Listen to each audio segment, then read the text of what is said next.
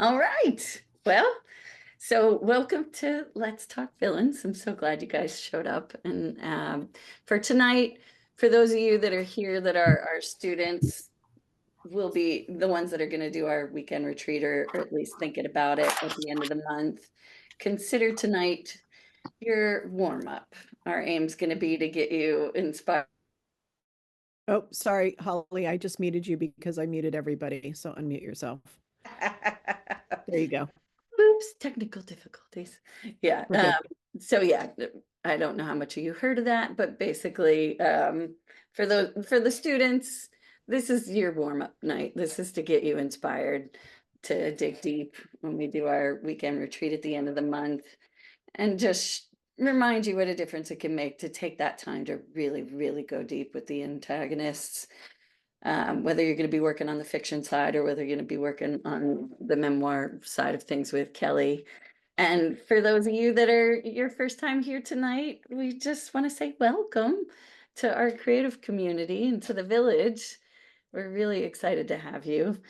For this night, it's intended to be inspirational for you, hopefully leaving you with that determination also to dig deeper with your antagonists and to join us on our daily practice calls. You're in here now for the next 30 days. So hopefully you'll start joining us and get your hour of either personal growth or writing in the morning. And we'll also share with you that if you want to join us on our upcoming retreat with the students, we'll tell you more about that. So as I said, tonight we're gonna move fast because we've got a lot to cover. But for those of you that like to know exactly what's going on or your left brain won't leave you alone, I will just let you know. First, we're just going to have a quick discussion on what our definition of an antagonist is and why they're so important and what tends to stop writers from what we've experienced from developing them really deeply. And then together, we're going to do a really fun, quick case study using one of our favorite villains to see why they're so powerful, really kind of dissect it a little and remind you how much of the heavy lifting they do. And then Kelly and I will share some of our tried and true techniques for approaching this kind of work using some of our own real world examples. And then finally, we'll open up the discussions. We'll have a Q&A for as long as we have left to ask us questions and if you want to learn more about the retreat and such. So that is what's happening. That's what we're going to be up to. And now permission to just leave your left brain off to the side and just get present and let's just have a little bit of fun for this next hour.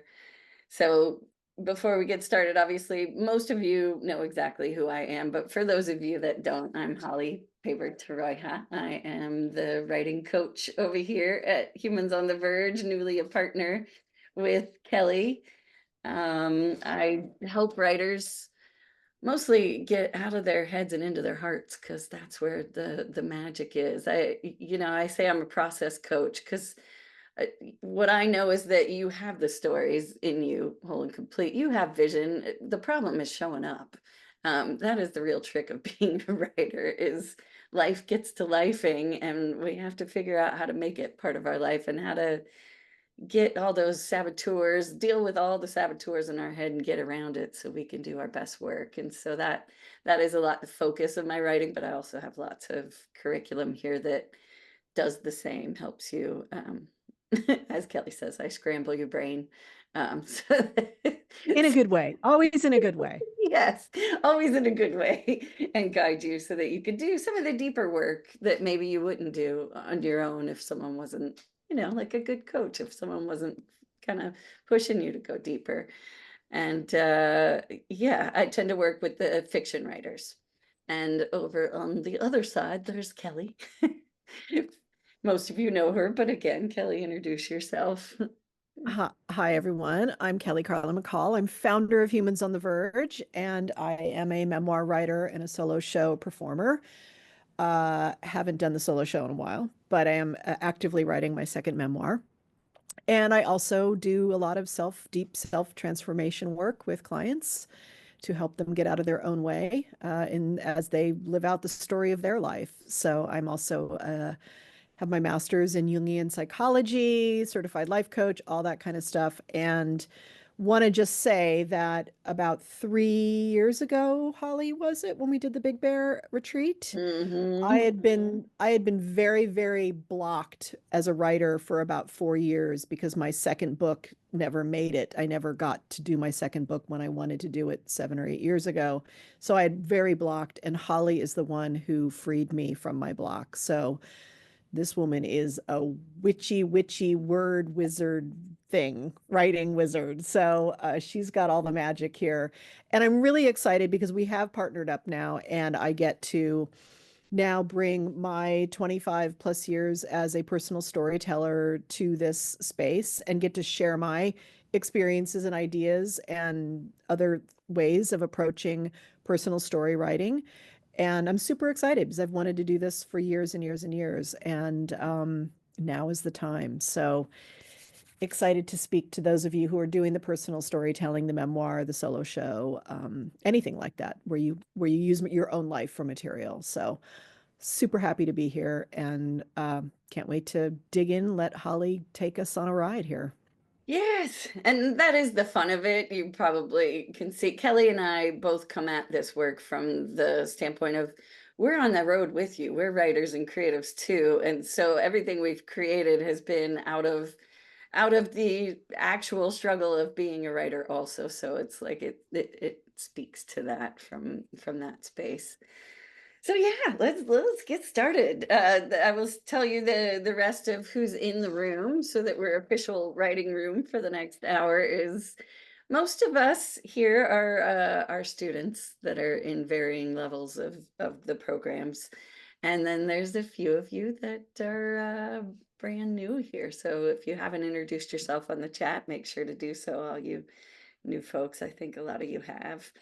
And yeah, we'll just go ahead and get started. The very first thing we're going to throw at you is just our definition of antagonist for the sake of this workshop, which I just define your lead antagonist as the one who gets in the way the most, the thing or person that most directly forces your protagonist to grow and change in some way. I love those words, villains and heroes, and I use it in the marketing because it's fun, but it's not entirely accurate sometimes in what it brings up because it has you thinking in terms of good or bad. And the truth is, I like to think of it more as push and pull. It's more the forces that are pushing and pulling because you've got your heroine, your protagonist who's going for something. And really, I think of the antagonist as all the things, be it, characters or institutions or any kind of anything that is in the way. So there's usually in a good story many antagonists in the story. And a lot of them are shades of gray, really, when they're developed well. Like Hannibal Lecter, he was quite awful, but he was also very helpful to, and as good as it gets, the Jack Nicholson character, he was kind of both the protagonist and antagonist. There's many shades around these things.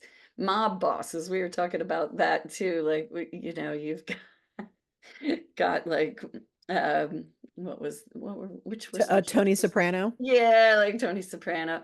There's all the characters sometimes bounce back and forth, but really for the sake of this, we're just looking at that character that gives that opposing, because it really brings your story alive. The more your protagonist has to fight against, the more it's up against, the less you have to conjure when you start doing all your plotting and whatnot. The characters do the work for you because they have really strong wants and needs on either side that are colliding.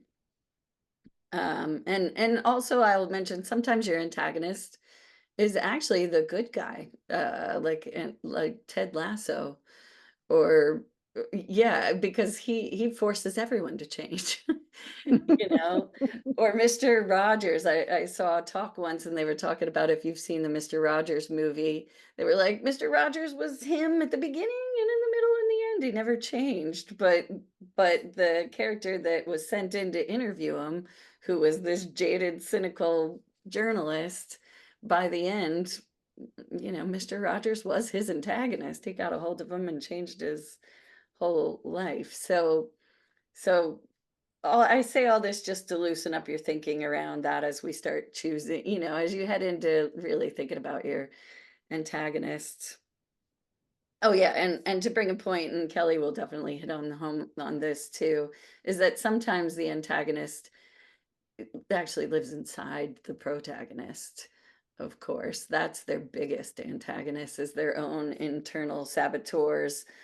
And usually with that, and later we'll make suggestions on how to make that more active. Obviously, if you're with a novel, you can get away with a lot of that inner monologue, but obviously with television and film, not so much. You got to make it more active. So we'll talk more about that too. But the why the antagonist is so important, I always joke that it's the cure for a dull act too, because it's like a lot of times with my writers, people will have a really strong vision, and they're going great, they're going great, they're going great, that all the things they had hoped they hit like around the middle of act two, and all of a sudden it's like things start petering out. And often I find that's because there's not a lot of, in the second act, it really is that time when the pressure builds on, before the all is lost type of moment in a story.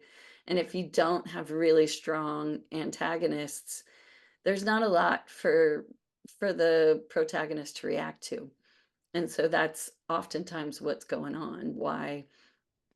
And the protagonist, they really need to suffer. It can't just be contrived. You can't just, create little plot devices. The audience can feel that. And they want to feel, they want to go on that journey with your protagonist. They want to feel for them, and they want to be worried about them, and they want to be, on the edge of their seat about it. That's what keeps, are they going to make it or are they not? Will they be whatever it is they're going for?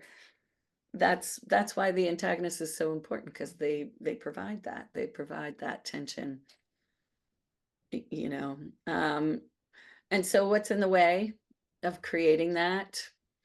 you know you really often is the answer to that too, with most of my writers. And it's because we can't help it. A lot of us deeply identify with our heroine in our story, that that's the one that's closest to us. And oftentimes we're trying to protect that character deep down, like maybe we know it fully or subconsciously. We don't want our protagonist to look bad, or or to fail, or to suffer, or all these things that really must happen in order for them to have an exciting arc. And sometimes even I find that the characters writers are also protecting their antagonists, because sometimes those antagonists are based off of real people they know as well. And they don't necessarily want to share that. It feels very like the people it's based on are going to know. and and they don't want to make them look bad. But that's when I'm always saying, especially with fiction, and Kelly will give you other tips later, but it's like that's when you got to really have a bit of fun with it. Go off the trail of fact a little bit, because if you don't make them, you do your story no favor if you don't make them really, at a minimum, really annoying, and at large, truly evil. Some, some kind of spectrum there. They really need to be in the way, and so you can't hold back. You've got to find the courage to just let them be very much in the way. And so we thought, in order to begin that process of of remembering how important that is and how bold some some of the writers of the past have been with that to inspire you. We look at some of the great stories that you know and love, and just do a little case study to dissect that. So this is going to be, you guys can participate, but I'd love to have one of you volunteer to do this case study with us. Anybody be willing to volunteer? I'm gonna basically, what I'm gonna do, I'll tell you in advance, I'm gonna ask you a whole series of questions that are a tiny taste of the kind of thing that we would lead you through in the weekend retreat, the type of stuff we're going to dig into. But it's going to be just a speed round of that. Um, Stephanie is willing to do that. All right. Let me pin you here real quick, bring you in with us.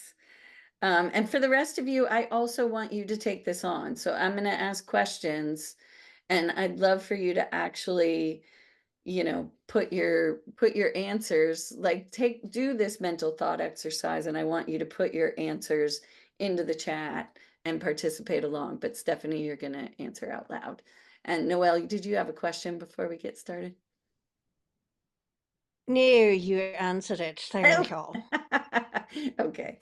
So first thing we're going to do is I want you to think about what is one of your absolute favorite movies or TV shows or books, either right now or in the past. And I know for some of you, this is like trying to choose from one of your children.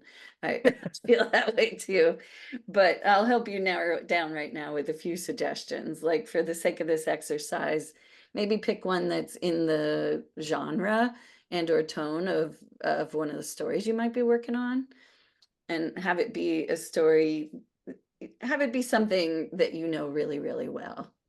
One of those ones that you tend to either have read multiple times or watched multiple times. I confess, there are movies I've seen.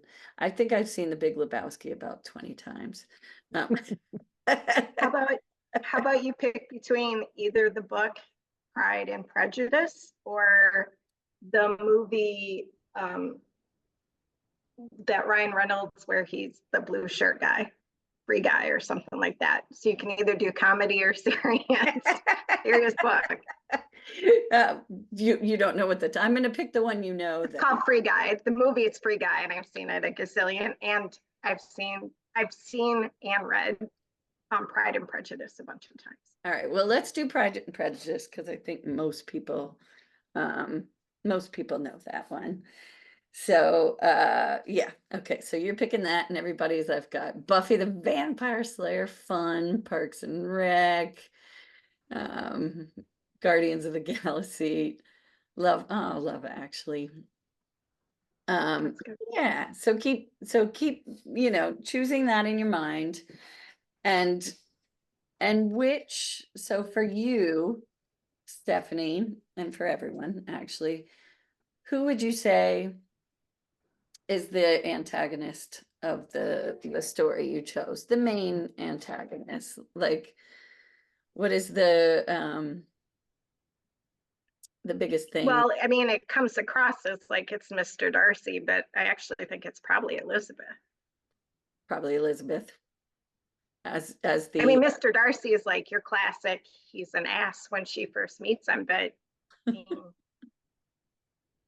I don't know. I'll leave it at Mr. Darcy. We'll go classic. I'll leave it at Mr. Darcy. Okay. and so what would you say, what now that you've identified them, from your protagonist point of view, then your lead, which you're calling Elizabeth, right? Mm-hmm. What would you say, how does she blame, what does he do wrong? Come from her point of view just for a minute. He's very snooty and very rude, and he causes a rift between her sister and his friend. The two of them were falling in love, and he thought that Elizabeth's sister didn't really love him, so he came between the two of them and sent his friend away. Yeah. So he like destroyed, he was incredibly rude to her. Plus she was very angry at him because he destroyed her sister's chance at true love. No. Yes. Truth. All right. And so now, with that in mind, from her point of view, let's shift over to his point of view. What do you think with Mr. Darcy? Because that's what we're trying to do here. We're actually going to put you in his shoes, because nobody thinks they're the, nobody thinks they're the wrong one. He thinks he's the right one for all his various reasons or whatever. So what do you think? What does he want? What's his ultimate goal? What do you think he's trying to achieve? I think he comes across as rude because he actually, thinks those kind of fancy schmancy parties are inauthentic, I guess is the word I would use, that they're just there for show, and he doesn't like all that pomp and circumstance, I guess. And he doesn't like people who are just coming up to him and trying to befriend him because he has money. I think he really has a lot of doubts as to who's genuine about caring for him or his loved ones. So, and I think he's really trying to, again, protect his friend from somebody that he doesn't know, and he's used to women trying to just get close to his friend to better their own circumstances and in their own lives. So he wants to protect from any kind of climbers. Yeah. If you will. Like he has he that's what he wants. He wants to weed out all the climbers, so to speak. And so let's dig a little deeper. What tricks would you say that maybe he employs to get his way? How does he, in his case, I would say test people of that nature? How does he? I think how does he test people?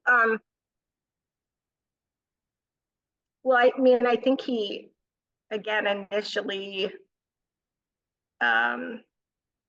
almost has like a battle of wits, I guess I would say, especially with Elizabeth in the beginning, to see if she is someone who is truly authentic, knowledgeable, versus just kind of like trying to say the right thing to get in his good graces. And she's a worthy adversary for sure. I think, and I think also sending, saying stuff to his friend about Elizabeth's sister not being genuine and caring for him, saying that she's not showing her affection towards him, and having him, go visit another city is again another way to kind of break up that situation. Again, he's doing it because he thinks that she genuinely doesn't care for him. So I think and that's what's beautiful about Mr. Darcy is he's just a delicious character. I mean, he ends up being gorgeous in the movie, but sidebar. But I think he's got that rough exterior to protect himself and to see if anyone is willing to kind of go toe to toe with him. And it's almost like once they do that, then he lets down his wall a little bit. Yeah. So does that make sense? Is that the kind of answer you're looking for? No, there's no wrong answer here. It's just more starting to look at the character. Yeah, he pokes and he provokes and spars with people, like you said, to really test them. It's like he's testing the boundaries. And so what would you say on the other side are his weaknesses? the things that, you know, his kryptonite, his weak parts. I think one of his weaknesses is he assumes that, I think he assumes that if you're not in high society, you're maybe not originally, you're not on par with him. You're not going to be as well versed or knowledgeable or talented, and that, you know, I think he looks down on people from the country versus the city, and so I think that's one of his downfalls in the beginning. But I also think he's got a real weakness for protecting people. He wants to really protect people, especially those that he feels like might not protect themselves, like his friend,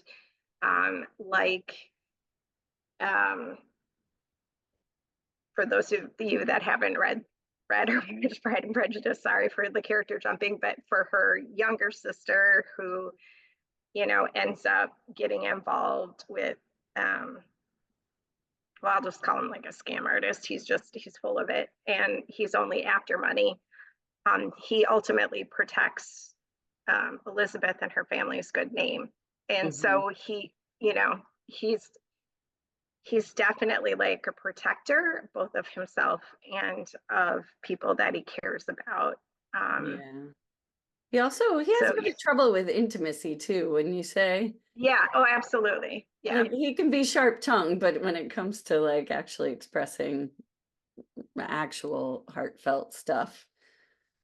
I just saw Emma's note just popped up, and yes, he thinks high birth comes with the responsibilities and protecting his reputation and fortune, and that's a big part of it too. So he's trapped inside his station as well. Yeah. Emma said it more eloquently. I just said he looked down on the country people. Maybe she should, if you want to swap us out, you can. So. And what becomes his problem, would you say, in this particular story? You know, what becomes the problem for him in terms of in opposition to your protagonist?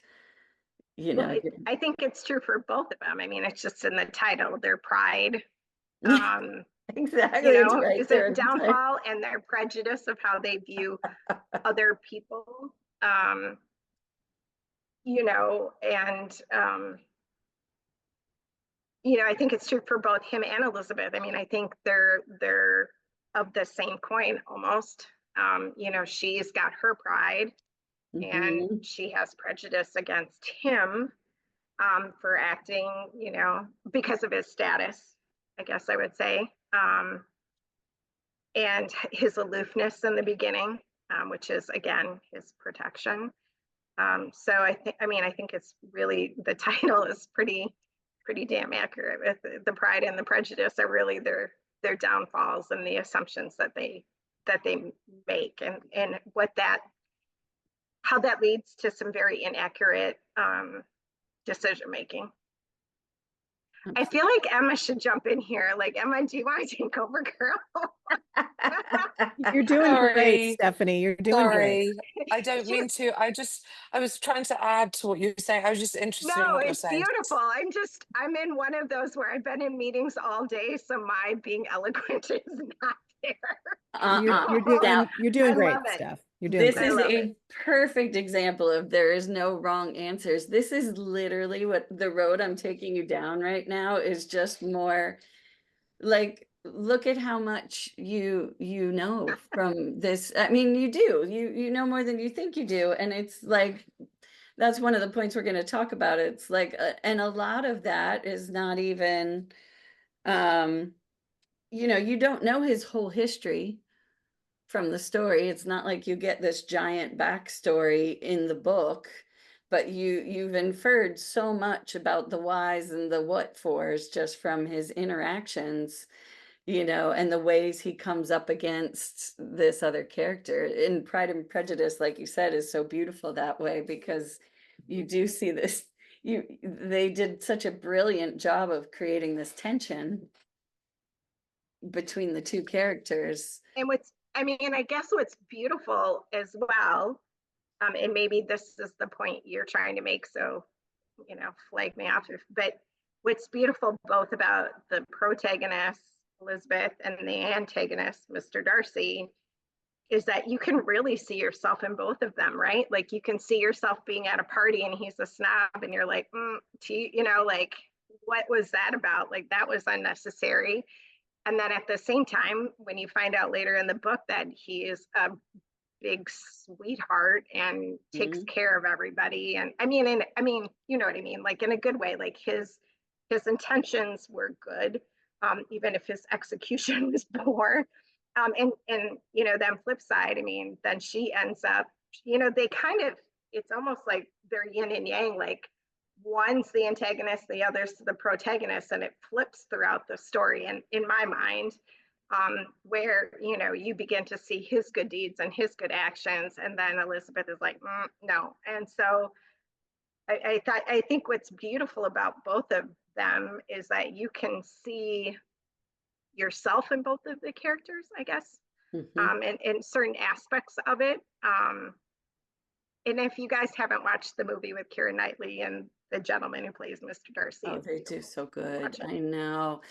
I know. But like you said, the point is they did such a good job of making Mr. Darcy such a well-developed, beautiful character that even in the beginning, when he does look like just a prig, there's still something. You sense something about him that just feels more, you still are rooting somehow for this man in certain ways, and you do watch for it, and it's just, I guess that's what I'm saying. It's no accident that they had to really, really, really develop that character and make him really interesting right from the start. They have to do a lot of backstory to and to make him, to make his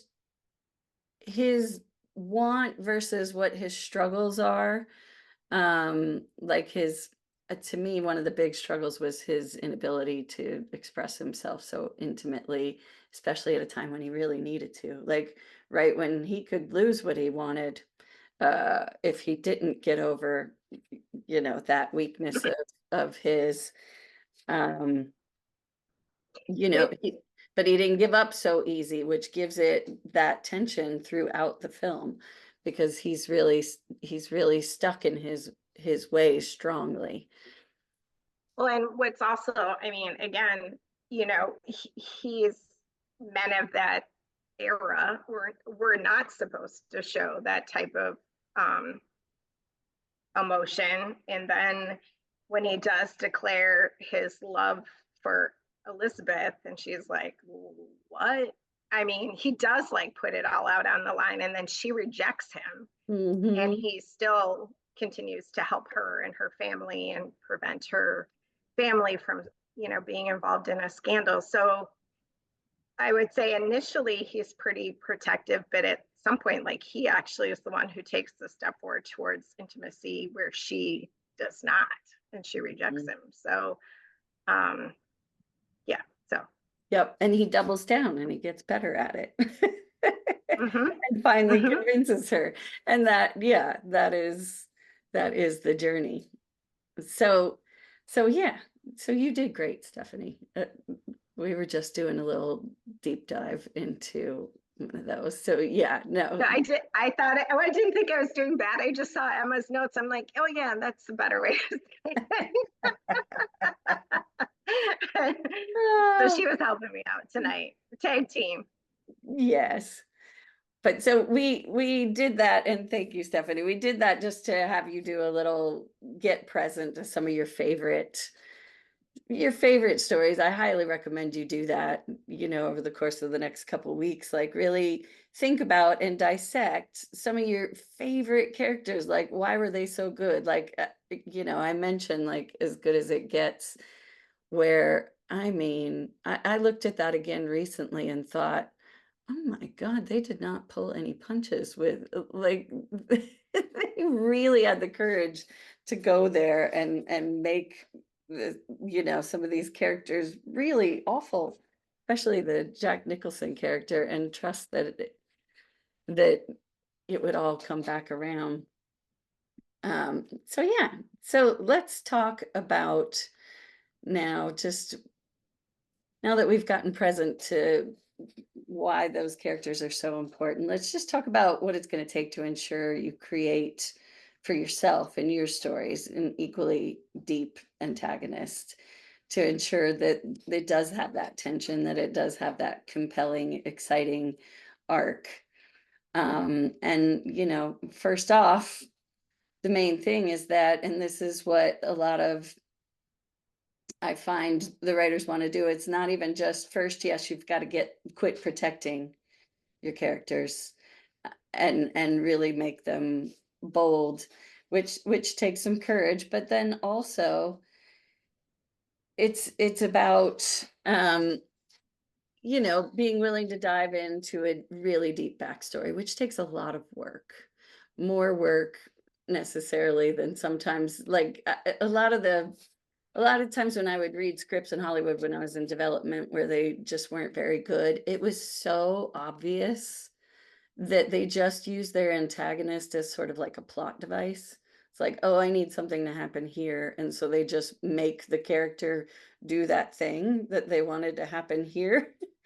But it comes across so inauthentic. Like, no, what the conflict needs to come from a place of some deep truth. And in order to do that, you've got to know the backstory. You've got to know this character's history. You got to know their core wounding. You need to know what makes them tick, what they want, what their deal breakers are, all those kinds of things to make them a proper, formidable opponent that won't yield, like I said, that won't give up. They have something they need so strongly that they are that force.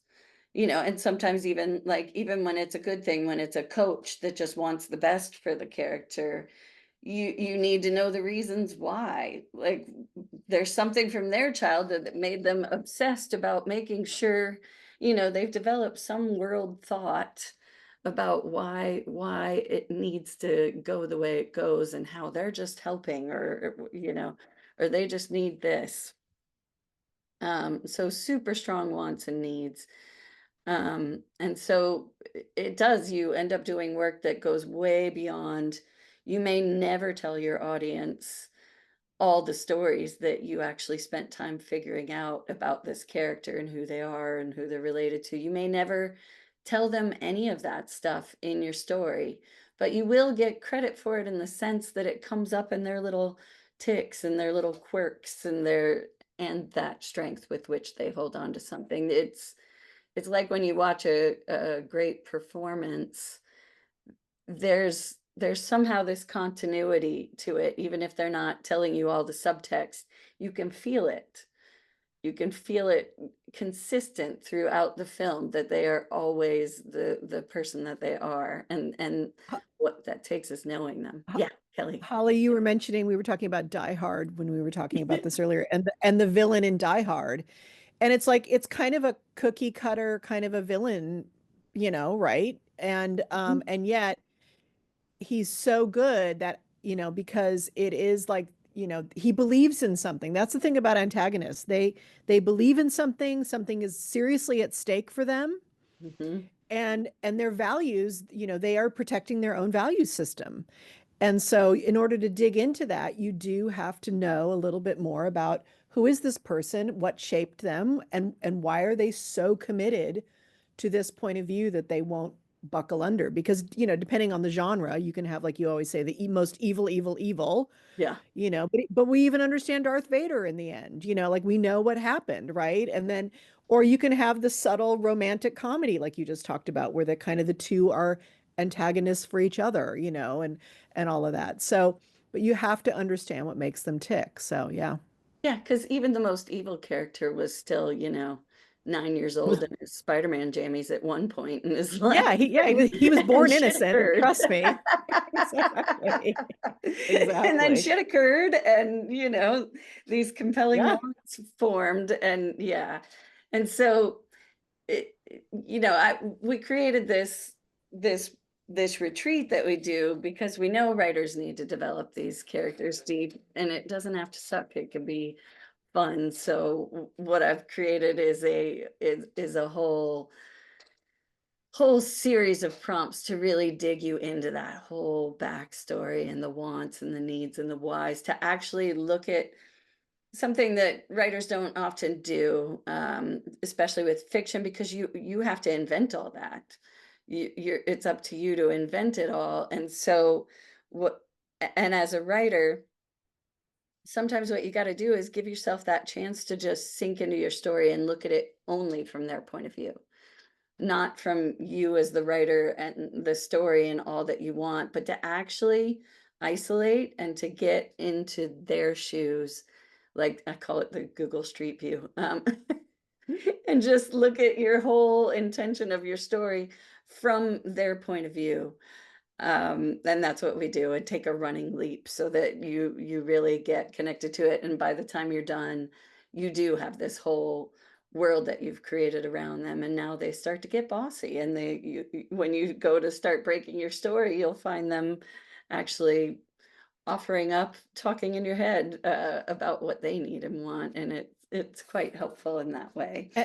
And I just want to say for you personal storytellers and memoir people, how we'll do this for you in that weekend is we are going to look at really the inner antagonist for memoir, because most of the time, if you're writing personal story, yes, there are big obstacles in your life. There are, as Anne Lamott says, people who treated you poorly, things like that. There's society, there's the roles you're in. I mean, for me, when I wrote my memoir, a lot of, my biggest antagonist was my inner people pleaser, my need to be the good daughter.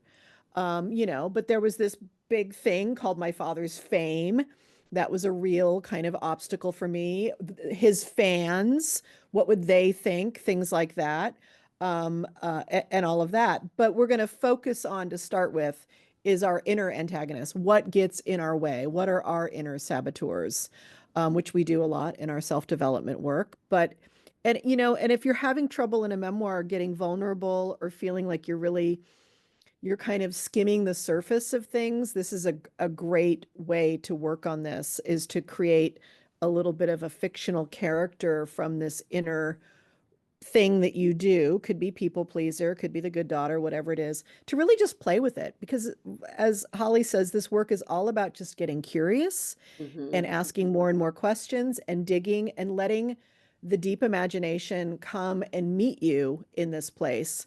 And it's easier for us sometimes at the beginning to have our inner antagonist be a fictional character, because then we have a little distance from it, and we can see our little girl self or our little boy self, and, why we get in our own way. What is the voice in our head that steers us the wrong way or gets us to the edge, and then we back again? Because that was a lot of my memoir, was 3 steps forward, 2 steps back, 3 steps forward, 2 steps back.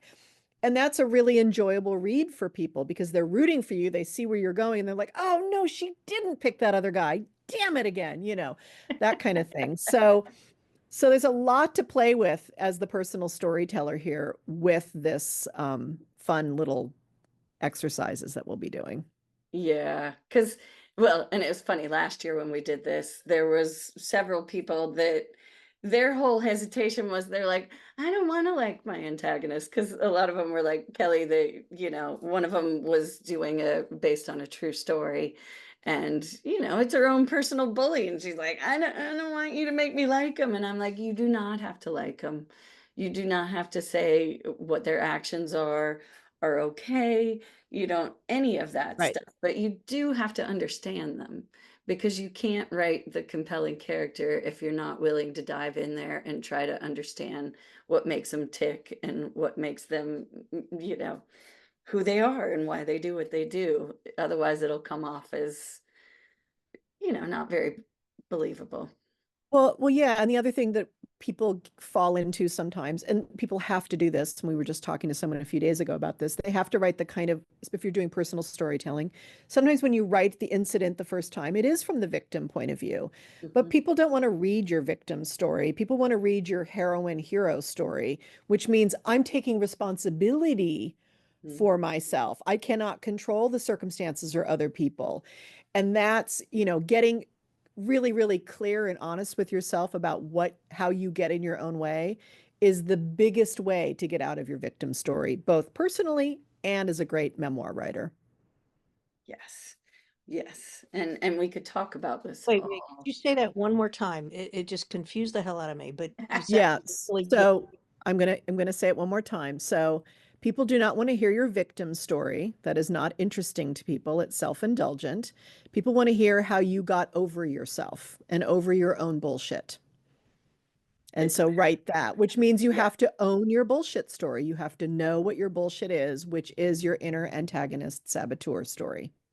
And then your heroine's journey becomes the way shower, in a sense. Yep. The Yep. way shower of how one gets to the other side, the triumph, yeah. Yeah, which is a process. Like Kelly said, is like, It takes time. It does. It takes it, time. you don't want to be there.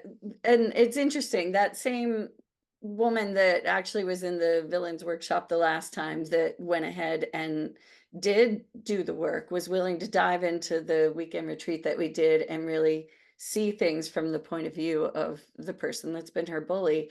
She saw things she had never seen before. She was shocked. She was like, whoa, okay. And yes, did not like him in the end, but And this was really, someone she was related to, you guys. yeah, Like, and it we're was not so much, giving anything away, but that's how close this bully was to her. And yeah. she learned a lot. And then the interesting thing is, not only was she able to then write this really great character and make the story much more real and grounded in some truth, she ended up kind of living some of the story about a year and a half later, and it helped her so much to deal with this person, which was so it kind of worked on multiple levels, which was interesting. We overshot there, but yeah. So this work, it's just the beginning work. It's not the pages. It's that willing to give yourself that gift of allowing yourself to sink in and to do it with friends, and really dive into the depth of it. So just to tell you, because I can see we're hunting up to the hour now. What we'll be doing for any of you new people is we are doing a virtual weekend writing retreat, April 25th and 27th, or through the 27th. And it's not a on Zoom all weekend kind of deal. It's more of we've got pre-recorded 8 sets of pre-recorded prompts that you're just going to clear your schedule, give yourself a nice little cubby as a writer, tell everyone you're not available, and you'll work with those prompts, the 8 sets of prompts, really do a nice deep dive, have a good journal for yourself, and really explore. And then we have scattered throughout that weekend 5 different live Zoom calls where you'll jump on with Kelly and I. Kelly, if you're doing memoirs or solo shows or things of this nature, true stories, and me, if you're doing fiction, where we can sort of unpack and just kind of keep you moving along. Everybody that's been in our retreats knows it feels like camp in a funny way. We're just all in it together. It's like it takes the loneliness away from writing, and it also gets you moving faster and have a breakthrough quicker. So it's like you're off doing your thing, but you get to check in with your buddies who are also in the same camp, dealing with all the same thing at the time. And so it really ends up being a nice, powerful weekend. And I'm Yeah, gonna and especially if you're stuck right now, like if you've been writing something for a while and you're stuck and can't move forward or haven't looked at it because you don't know what the reason is, it might be that Mhm. something in this area is not working. And or you're just afraid. Sometimes there's just anxiety about the story. And this is just going to loosen things up for you. And with a weekend where you can be in the space, like Holly said, and actually you're going to do tons of writing and it's going to be really free and full permission and really safe. And then we're going to come and like give you cookies and things like that in between and hug you if you need, or whatever it is, or laugh or whatever it is. But we'll hold space for you. Absolutely. But after the weekend, that spark, if it's been kind of dead inside your creative life, or you're confused or you're stuck, something will move. Something will move. There'll be more space. There'll be more permission, and you're going to have some momentum. So, and for writers, we all know momentum is everything. When we feel that wheel grind to a halt, it's just the worst feeling. How do I get back? How do I retouch it again? How do I get that thread moving again through me? And there's nothing better than just being able to touch that thread and to move things forward and to be like, oh, okay, now I have some ideas. And then you've got some food in your belly and nourishment, and you can go and do the pages, do the rough draft, do the rest of it, do the second half of the second act or whatever. So for me, it's been just the daily practice alone has been incredible in that way, because I'm writing things now again. But that feeling of like, oh my God, I'm back in again, I'm connected. Man, there's nothing better for that for a writer.